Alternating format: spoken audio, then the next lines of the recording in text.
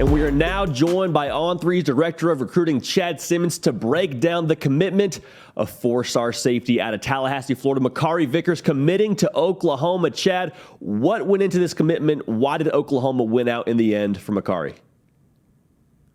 I think it came down to just the feeling on campus. I think, he wasn't an Oklahoma target for the former staff.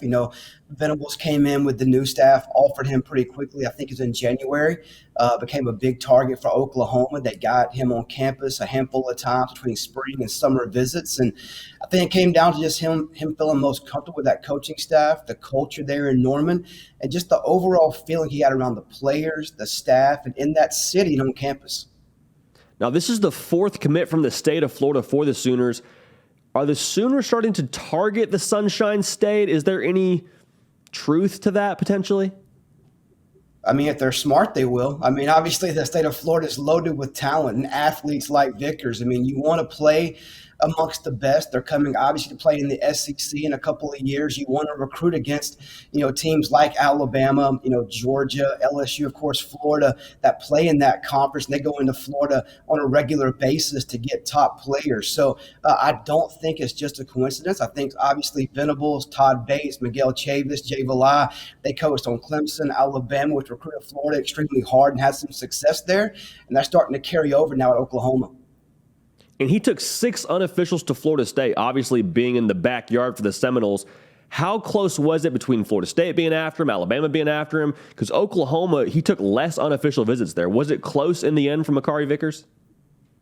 Yeah, I don't think it was that close between Florida, and Oklahoma. I do think Alabama was the leader, definitely going into 2022. I think Bama, you ask him this time a year ago, you ask him during the season last year, I think he would have straight up told you Bama was his top school. Now, at the time, Bama had Jay Valai as well, and Bama had his former teammate Terrion Arnold playing there in Tuscaloosa. A lot of connections there. I think once Valai went to Oklahoma, that relationship carried over. They got him on campus for the first time in the spring, opened his eyes a little bit to Oklahoma and what they're about. I think it came down to really Alabama and Oklahoma. FSU tried to hang around.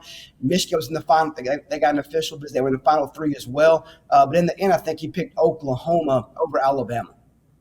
I say it all the time. I feel like recruiting is so relationship driven. How big of an asset is Jay Valai for this staff?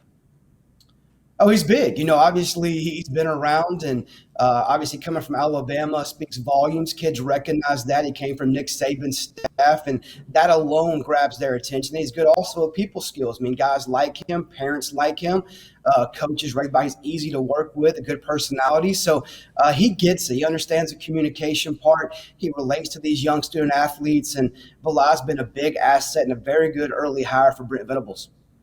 Chad, I'll get you out of here with this. Makari Vickers, a 4-star safety. What are the Sooners getting when they get him on campus?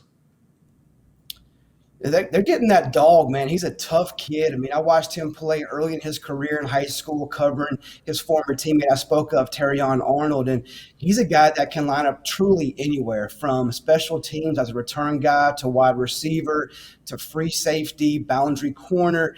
He's physical. He'll tackle. He loves to cover. He loves to engage in physicality. He's a guy I think Oklahoma, wants to build their defense around guys like that, guys that are tough, guys that are physical, guys that are just not finesse players and good athletes, but guys that will bring that physical toughness aspect to the game as well. Well, Chad, thank you so much for jumping on. You're always coming from a hotel room or Airbnb. Just living life on the road, making sure you get everything done for us here at On3. Appreciate you. Makari Vickers got that dog in him. He's committed to Oklahoma. Hey, y'all, thanks so much for watching. Subscribe to the channel here to make sure you don't miss an episode of The Hard Count. Also, be sure to check out other videos on the On3 YouTube channel.